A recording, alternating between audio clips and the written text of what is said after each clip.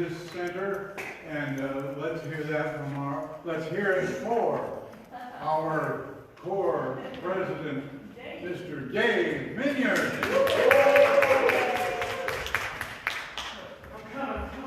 Yes. Good morning, everybody. I'm so happy to see you all here today. Happy Easter, first of all, and Easter gift to all of you. You're all very confused by that. It's an old family tradition that my family has been doing since long before I was born. Whenever there's a holiday, you always tell somebody, whatever holiday that was, you say like, Betsy, Easter gift. So now you owe me a gift. So I'm telling all of you Easter gift. Now you all owe me gifts.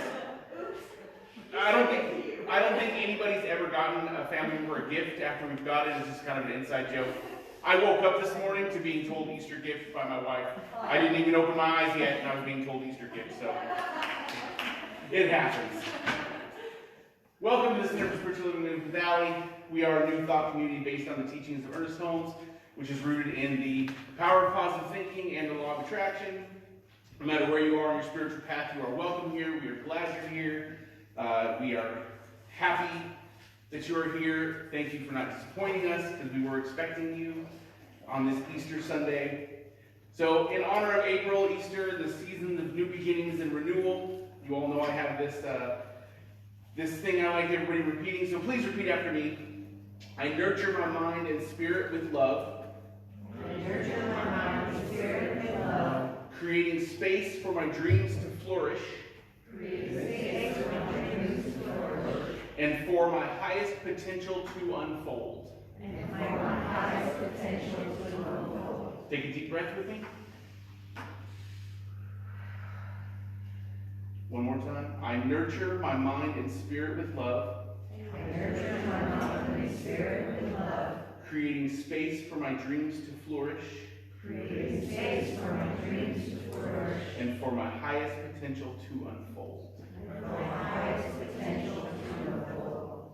Thank you so much. If you will please silence your cell phones. As we all know, I say it every week, cell phones are contagious. If one goes off, they're all going to go off. Next week, our speaker is going to be Dave Friedman with speaking about embracing the power of regenerativity. That's going to be interesting. Upcoming events, if you got your bulletin at the door, you'll see that there's a little insert in there that has all the upcoming events. We have dancing, we have karaoke, we have next Friday, this upcoming Friday, I guess, we're having there'll be a live band here. It's the Menifee Arts Council does a dinner and music, and I think it's at 6 o'clock here at the center, and this place gets transformed. So come early if you want to come to that. The food is $10. It's free to come, but if you want food, it's $10. And it's always so much good food. We had barbecue last month. The month before that, we had Indian food. It's really good. If you're in the area, I definitely recommend coming. So our events, we have the Community Drum Circle on May 7th. The first Wednesday of every month. We hold it here in the sanctuary. That's another amazing event. If you've never been to that, it's a $10 suggested love offering. It's at 6:30. Like I said, the next one's on May 7th. We will not be having coffee today after service. Our kitchen helpers have other obligations today, so it happens, and so everybody just wants to go home and find those Easter eggs, right? If you'd like to volunteer for a kitchen helper, a greeter, usher, something like that, there is a sign-up sheet on the front desk over there. Gives a list of the days, list of the things we need. All we do is that you sign it, commit to it. We can use all the help we can get. If you have a prayer request for the week, please place it in that box located underneath the portrait of Ernest Holmes over there. You can see go to our website, Facebook, Instagram, all that stuff. Like us, follow us, share us, be our friend. We like friends. I'm not introing Eloise because Eloise isn't here today. So my next thing to do is my favorite part. If you will all please repeat after me. Open minds. Open minds. Open hearts. Open hearts. Open arms. Open arms. Open at the top. Open at the top. Happy Easter, everybody. Have a great week.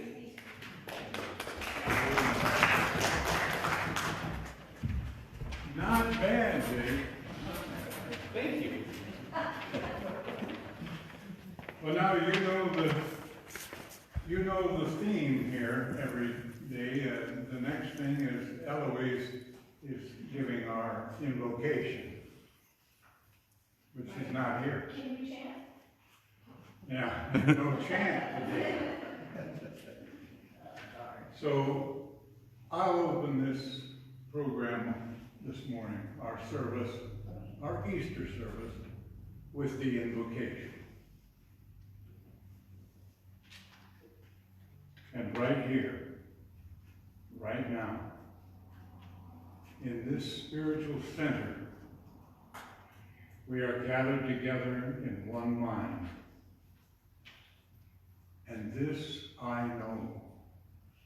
There is one divine and perfect universal presence within. And I know that the Spirit of truth is everywhere present. We are truly blessed, and we are all rooted in the one and only perfect and divine presence. There's no confusion, there's no fear, no doubt, where two or more are gathered in spirit. We hear, understand, and feel that presence. And we gratefully acknowledge that perfect right action is always taking place. And so in quiet confidence, I speak the words of recognition and acceptance. One power, one presence, in all, through all. And together we say, and so it is.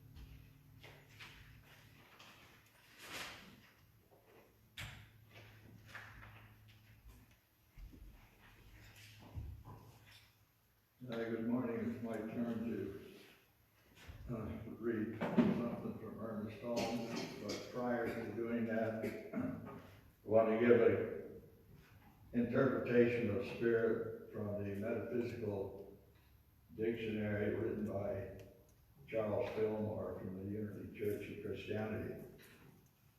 And he says, spirit, a name for God, Spirit and mind are synonymous. Therefore we know God's Spirit as mind, the one mind, the intelligence of the universe. And now I was going to read the Spirit as written by Ernest Holmes. It's in the Science of Mind textbook on page 81 if anyone's interested ever to look that up. And Ernest Holmes says, the definition of spirit is life or intelligence conceived of or entirely apart from physical embodiment. It is vital, essence, force, energy, as distinct from matter. Probably the definition of God as spirit is more easily understood and more readily accepted than any other term used in describing deity. Jesus is talking with the woman at Samaria, explained, God is spirit, and they that worship him must worship him in spirit and in truth. The nature of being is a unity with three distinct attributes, soul, spirit, and body. The spirit is the active and self-consciousness of principle. Spirit is the first cause, or God, the absolute essence of all that is. It is the great or universal I am. Spirit is conscious mind and is the power which knows itself. It is conscious being. The Spirit is self-propelling. It is absolute and all. It is the self-extent and has all life within itself. It is the Word, and the Word is volition. It has choice because it is volition. It is well because it chooses. It is free spirit because it knows nothing outside itself, and therefore nothing different from itself. Spirit is the Father, Mother, God, because it is the principle of unity back of all things. The masculine and the feminine principles both come from the one. Spirit is all life, truth, love, being, cause, and effect. It is the infinite power in the universe that knows itself. It is impossible for the finite mind to comprehend such a complete life and power. In moments of real inspiration, we realize, to a degree at least, that God is all, that which has within itself all that really is. The life is everything, and the love through everything. The one power and the one infinite presence, which we call God or Spirit, wherein we move and breathe and have our being. And so it is. So it is. I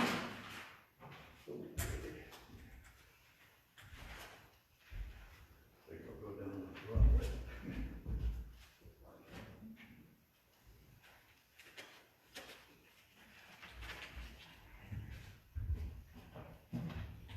Thank you, George Moser, for that reading from the Science of Mind textbook. You may have noticed that you've got the walking wounded up here both this morning. We do have our canes handy all the time. Well, this morning, I want to thank you, first of all, for being here. And for allowing me to speak to you about this journey that we're on today, and about the growth and advancements in this center, and about acorns. We're going to talk about acorns today, because we're really talking about seeds, and I've brought two examples of seeds with me this morning just quickly, I wanted to do this. There are two seeds, and so I thought I'd bring the extremes. I couldn't find a coconut this morning, so I brought a picture of a coconut. That is a seed. That grows a palm tree. Date palm, coconut, whatever palm tree. But that is a seed. Think about that for a minute, how magnificent that is growing. And there it shows a little leaf growing up out of it, and it's going to become a huge palm. And I brought another seed this morning, and this one I did find. It's right here. It's in here. It's a mustard seed. We know what the message is of the mustard seed. If we have the faith of a mustard seed. Well, I honestly truly have the faith of a palm seed this morning. I have that faith that says we are on our own journey. And so I always ask that whenever I get a chance up here, to ask, why are you here? Why are you here? Why are you here? Why are you here? Why am I here? This is Easter Sunday. There's traditions, there's biblical teachings that tell us that this is where we need to be. That's not why we're here. The reason each of us is here this morning is right inside our hearts, right inside our minds. Nobody else knows it. Nobody else knows really why we are here. But we are here for our own personal reasons. And so I wanted to outline some of the things that are happening in this center. It's fabulous. We've got dances going on in here. We've got dinners. We've got social groups, sing-alongs. We've got all kinds of activities every day, almost every day of the week. Drum circles, piano circles, crazy circles. We've got a social activity going on here just about every day. Am I right? Yeah. Every day and some evenings as well. And I wanted to relate that to how I got started in this teaching. First of all, I need to mention that our lovely lady, Kara, did a write-up for today's service, today's message. I don't know if anybody saw this. It was online. This was announcing Acorns and Mighty Oaks. She did a fabulous job. She wrote this up. And by the way, you need to go online if you can do that and check out CSLMV what? .org. You have to do that. And then you don't have to listen to me, because then you've got all the events going on in this center. And that lady right there, Kara, is the one who wrote this up. And I was flattered. I didn't know I did all these things. It says, our guest speaker, Bill Barnes, will share inspiring wisdom. Well, you shouldn't have put that in there. Wisdom. And no matter where you are on the path, we want you here. Meet Bill. He's a devoted student and teacher of the New Thought Principles since 1960. 1960. His spiritual journey began in the religious science churches and was involved in the New Thought Alliance, the INDA, Unity Centers and the Centers for Spiritual Living. This all happened in the 1960s, but actually, my adventure started in 1956, when I was 16 years old. 1956, I went to my mother came home and said, you need to go to this church in Inglewood, California. So I went to the church, and it happened to be in the Capitol Theater, movie theater in downtown Inglewood. And there was a nice gentleman up there, Leroy Priest was the man's name, and he taught a wonderful lesson that day, I'm sure. But I learned that they had a youth group, and that's where I belonged at that age. So I went over, it was 2 blocks away. The next Sunday I went over there, and sure enough, that's where I belonged. There were a lot of cute girls in that youth group. So I went there. And that's what brought me, oh, and then they had wonderful activities I enjoyed. Singing and dances and a lot of activities. So we've got here a lot of activities. Ask yourself now, is that why you're here, those activities? Or is it because you have a hunger, you have a desire, you have a need? And that's what I did have at that time. And then it began to develop into constant attention. I was involved in the singing, primarily in that youth group. And we performed in other churches and if any of you remember a Silomar, we used to go up to a Silomar and have wonderful spiritual gatherings. And the little group, it was the IARS, International Association of Religious Science choral group. And we sang wonderful songs to some of the ministers who are long gone, but were instrumental in beginning this new thought teaching. Now I know I'm rambling on about this, but this is important to know because you have in your mind your own reason for being here this morning. You didn't come here to hear me. You didn't come here to dance. I know that. You can do that on Tuesday or the second Monday of every year. But anyway, we did that. I joined the choral group and we performed before, I remember Raymond Charles Barker, who was who had the first United Church of Religious Science in New York. And he had a congregation of thousands, a lot like Joel Goldstein does on TV now. And that's part of what's going on in this world. Television, internet, iPods, all that has captured that information.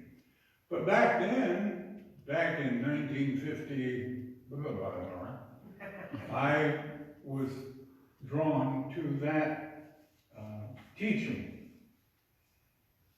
And I did study. I did a lot of studying. I went on to get a credential in the first and second and third year teachings, and then I took my practitioner's license. So I had accreditation in religious science. And of course that evolved over all the years, and I went in the service and went on my own way, but constantly or continually stayed in touch with the science of mind. And that's what we are talking about today. So, George read the scripture from, or the lesson from the Science of Mind textbook. And it had one message in it that I want to mention. it said, it was talking about spirit, and it was infinite. Spirit, the infinite power in the universe. And that's true. Many spiritual leaders believed in that as well. We believe in that as well. But then the next word was, it's impossible for mankind who has a finite mind to comprehend the infinite. Do you agree with that? Your finite mind can't comprehend the infinite? I say, baloney. Let's see if we can't raise our consciousnesses this morning, right here, right now, to at least glimpse at the infinite. And what we're really talking about is the power, the presence of God. Can we do that with our finite minds, with our finite understanding? Well, if we go back into our training and our background, we probably have been going to different congregations, different churches, and this morning we would have been getting up at 2 or 3 in the morning for the midnight services, whatever. But here we sit this morning, and we've learned to practice the presence of God. Practice the presence of Spirit right here, right now, where we are. Maybe that's what drew us here this morning. To commune, to reunite with the presence, the power, and the infinity of God. Well, all of this communion and union and reunion with the infinite Spirit leads us to one conclusion.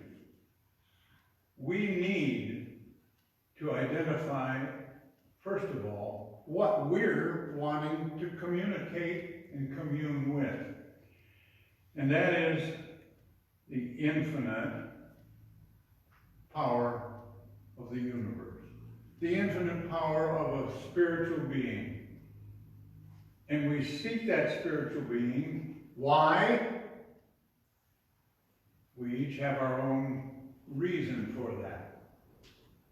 And I will tell you right now that a lot of leaders, a lot of the ministers or teachers or whatever in this teaching will go out and on a limb and say to you that it can cure anything you want. Well, it's not a cure-all. It's not a get-rich-quick scheme. This teaching is the science of mind that can help you become, to be, to know, to improve your circumstances, whatever they are. And to illustrate that, I pulled up some books that I've been reading, and you have every opportunity to read them as well. And every one of them says, every writer, every teacher says, we can help you by changing your mind, change your life, change your mind. Does that ring with anybody? Have you ever heard that before? Change your mind, change your life. Well, Ernest Holmes wrote in his Science of Mind textbook, the very basic teaching of us. And in a little tome along with that called How to Use the Science of Mind, Ernest Holmes writes, there is a power for good in the universe, available to everyone and you can use it. And another gentleman by the name of Ralph Waldo Trine wrote in his book, In Tune with the Infinite, within yourself lies the cause of whatever enters your life. And in the power of constructive thinking, Emmett Fox writes, strange as it may seem to you, there exists a mystic power that is able to transform your life. Hear that. Hear what it's saying. There is some power in this universe that can change you, change your life. But my favorite, and I brought this and saved it for last because this kind of leads into what I'm thinking this morning, is a fellow by the name of Goldsmith, not Goldstein. Joel S. Goldsmith, who wrote in his book, The Altitude of Prayer, the altitude of prayer. And this is what he said. You can change your life in the same way that you can change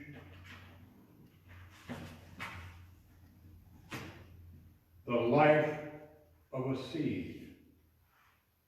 When you plant it in the ground, no matter what the life of the seed may have been while you were carrying it in your pocket or in your hand, it changes the moment you plant that seed in the ground. So does your life change the moment you plant yourself in God. The minute you plant yourself in the spirit of this universe. I love that. I'm going to read that again and because I read it kind of chopped up, but it goes like this. You can change your life in the same way that you change the life of a seed when you plant it in the ground.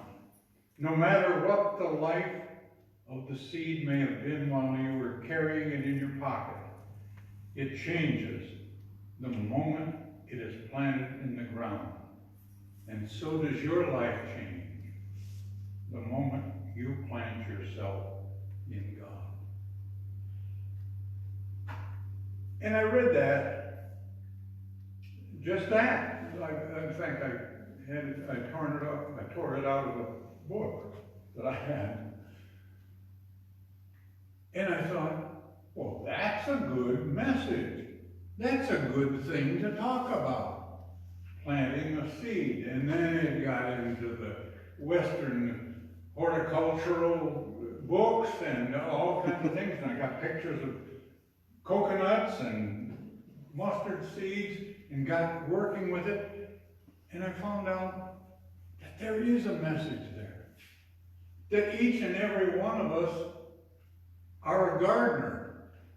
You know, in the King James Bible, it says that Jesus talked to Peter and his brethren at the seashore and said, come with me and I will make you fishers of men.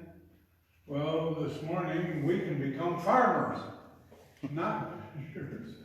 We can become farmers because it is exactly what we're doing here this morning, right now. We're planting seeds. We're planting seeds in our mind. We're planting seeds in our heart. We're looking at how we can change our life. And that goes right back to the question I asked when I stood up here finally for the first time. Why are you here? There's a reason. It's more than duty. It's more than socializing. We do that plenty on other days of the week. The socialization is wonderful. It's part of it. It's coming together as one mind, one heart. But we are truly farmers. I was a farmer when I was a young man, and coming through the teachings, I was planting seeds in my mind, and they were planting seeds in my mind, and I didn't even know it until it came down to this last bit of my existence on this planet. For 60 plus years, I built up things that helped me understand that there is a power, there is a presence, and it's right here where we are anytime. Because it's not up there, it's not out there, it's within. That's where we're planting the seed, with the infinite intelligence, with God within.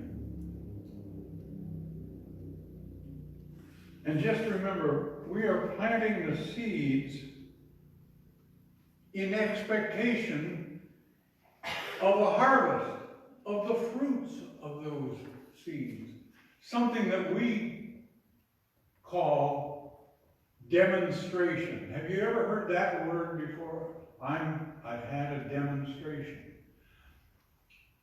I was having demonstrations from my plantings, my gardening for years, and didn't know that it was happening. I don't know when I began to see the demonstrations, and you have too. You've had those demonstrations. I find that sometimes when I'm getting ready for bed, I lay down on the bed and I say my prayers or just have some wonderful thoughts. And I say, boy, I wish I had were able to, no, I don't say I wish, I say, I really want this thing to happen. And I relax, take a deep breath, as Dave says, take a deep breath. And all of a sudden I went, wait, that happened. It already happened. I've already had that in my life. I've drawn that into my life. No, I didn't draw it into my life. I accepted it into my life. And there I am, laying in bed, the covers up to my neck, laughing. It has already happened. The demonstration is there. And I didn't recognize it. I didn't recognize what I had been praying for, asking for, and it manifested itself in my life. You've had that same experience.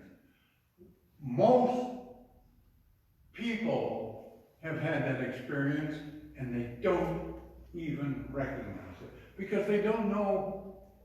And I'm not being critical when I say this. We don't realize that that's something that is going on from a prayer we've made. Oh, I wish so-and-so. That's a prayer. Our thoughts are prayers. When we think something, it becomes a prayer. And when we say our thoughts are prayers, we're always praying. We're always praying. And if I want to give you an example, and this just came into my head some time ago, and I'd forgotten about it. But we plant seeds.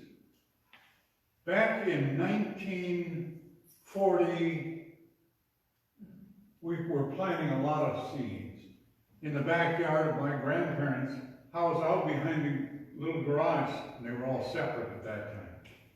There was a little plot of land, and we planted a garden up there, and we were growing whatever. We had some corn, a little patch of corn. We had radishes, we had carrots, we had all kinds of things. And we had a little garden back there. Do you know what that garden was called? Anybody? Do you know what that garden was called back there, the little gardens that everybody had?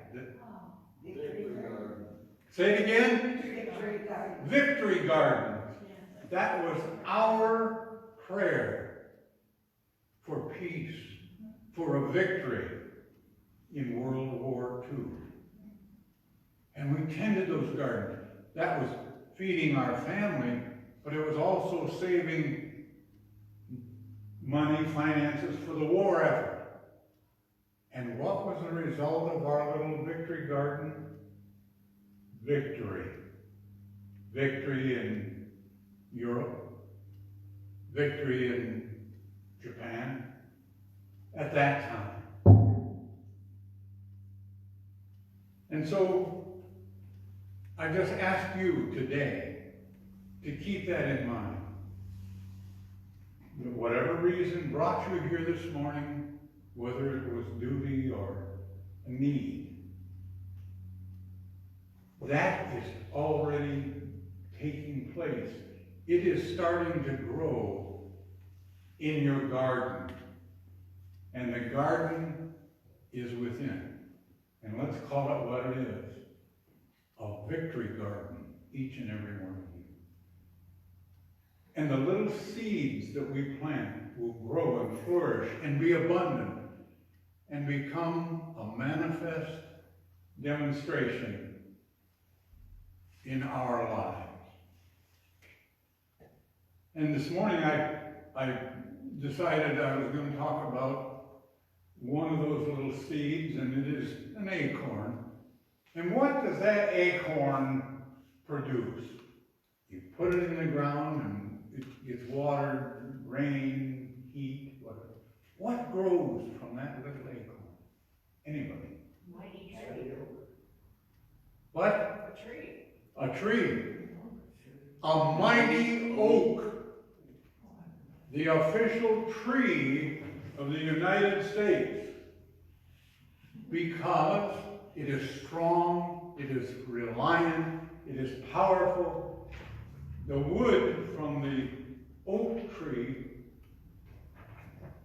made the planking for the USS Constitution, the first ship of the United States, because it was the Constitution, because it was called Old Ironsides, because the oak planking repelled the cannonball from the British. The oak tree. The oak tree has so many wonderful uses. They have a range of uses. The tough and durable timber from the oak trees allow ancient buildings long-lasting life.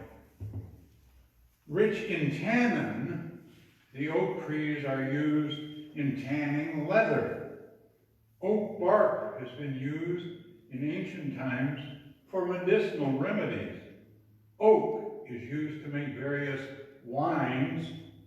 Oak wood chips are used to smoke foods, which Whitefeather loves to smoke foods. He smokes cream cheese. Did you know that? Now, how he gets that thing lit, I don't know. Forgive me, Whitefeather. He'll be back, I guess, next week anyway. But, and there is also kind of a spiritual thought with an oak tree. Mighty as an oak is a common saying, showing how oak trees so symbolize protection, strength, and endurance. And again, the long lifespan of an oak. They're a beautiful tree anyway. They're kind of gnarly the way they grow, right? You've got branches going every which way, but they're strong and resilient. They change leaves every season. Bill, I have a short poem on that I'd like to quote about the oak tree. Yeah. If you don't mind. I don't mind if you don't mind. No matter what the job may be, and the rewards are few, remember that the mighty oak was once a nut like you. Thank you, Gail. Thank you very much. And that's exactly a beautiful segue from oak trees to nuts. That's what we're really talking about, aren't we? The little acorn. That little acorn. And that acorn has truly a spiritual background, as soon as I find it. I found this online, by the way.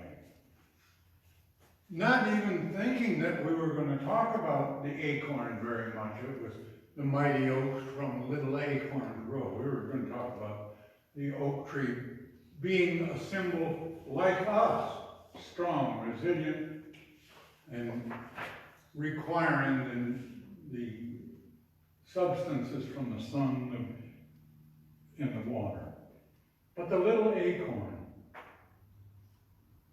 has a spiritual significance. The acorn speaks to the importance of patience. A little acorn takes a long time to germinate. And so it speaks of patience. And remember, patience sometimes takes a little longer. It also speaks of trust in the natural unfolding of life. In that life, we become impatient, wanting to see immediate results or a quick fix to our problems. However, the acorn teaches us that true growth and transformation take time. Just as the acorn must be nourished, protected, and allowed to germinate before it can become a mighty oak.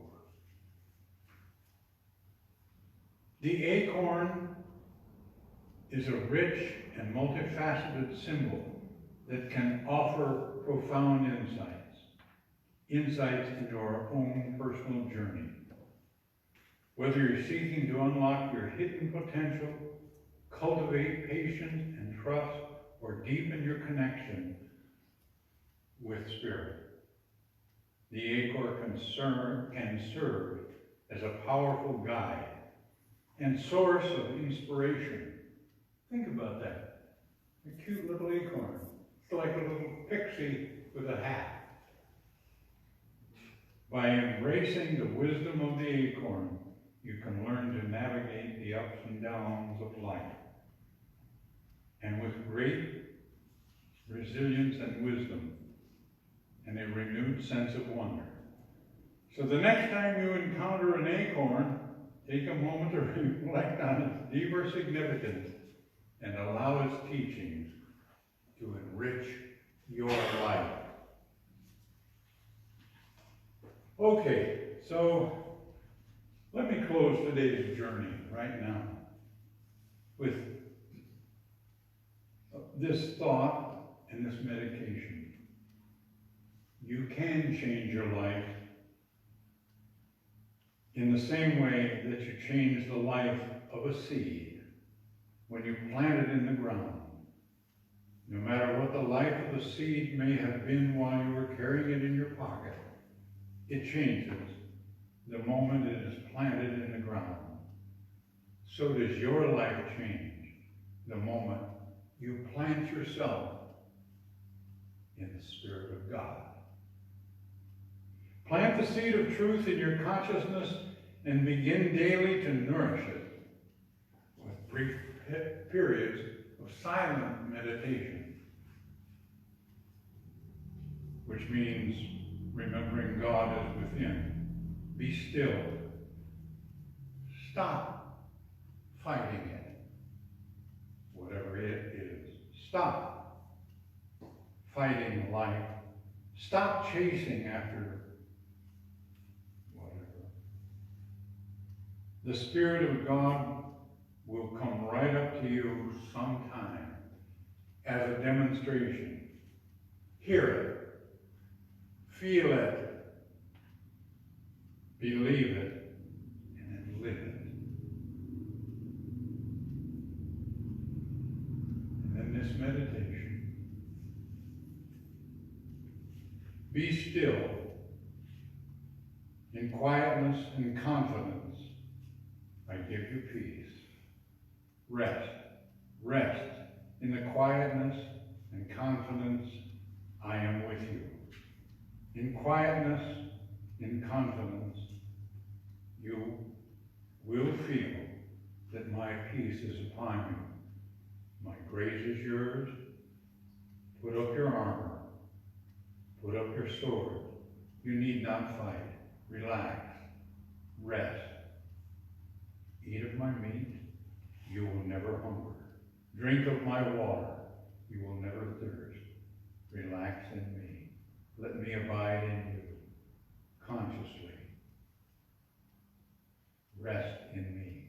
I am the resurrection, even to the raising of the old dead body into a newness of life. I am the resurrection that restores the lost years. Only do not fight. Put up your sword, my child. I am ever with you, and all that I have is yours. And so it is. Well, I thank you. I thank you for being with me and taking the time to listen to my Easter service. It has nothing to do with Easter or eggs or rabbits. It has to do with you. And thank you very much. Now it's time for our offertory.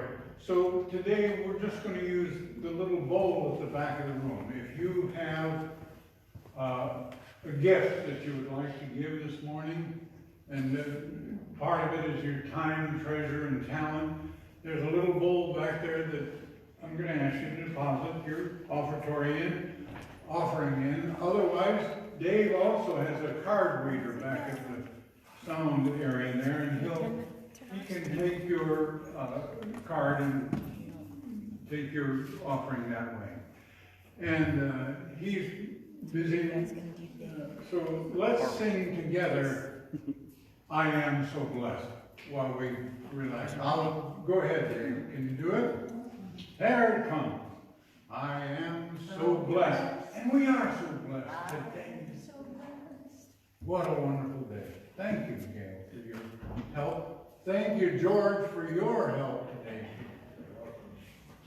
It wasn't as good as White Feather or Eloise, but you guys are okay. It's working. It's just It's working.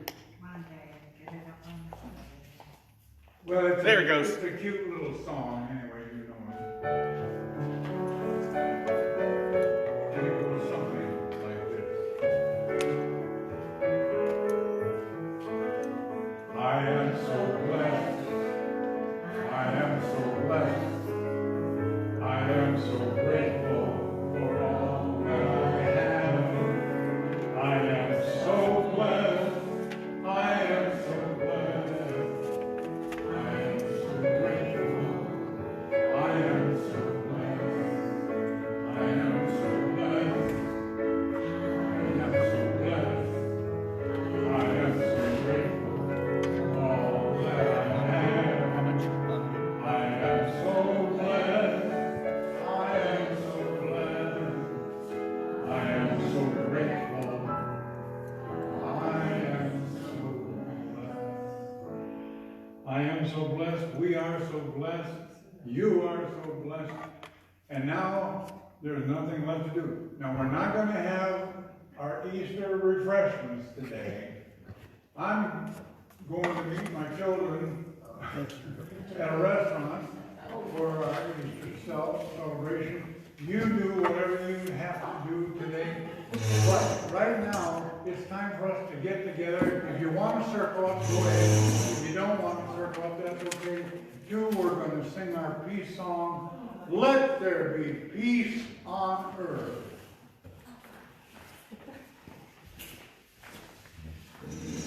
And it goes something like this.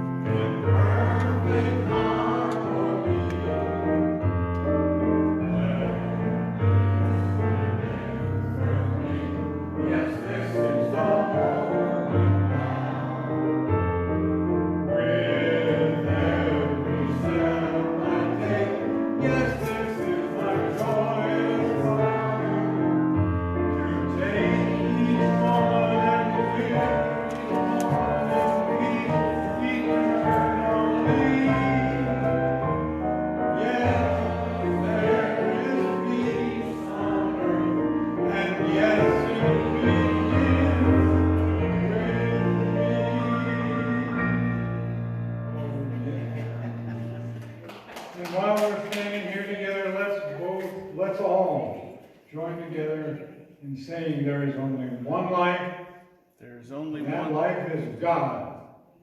And that life is my life right now. Right now. And so it is. So it is.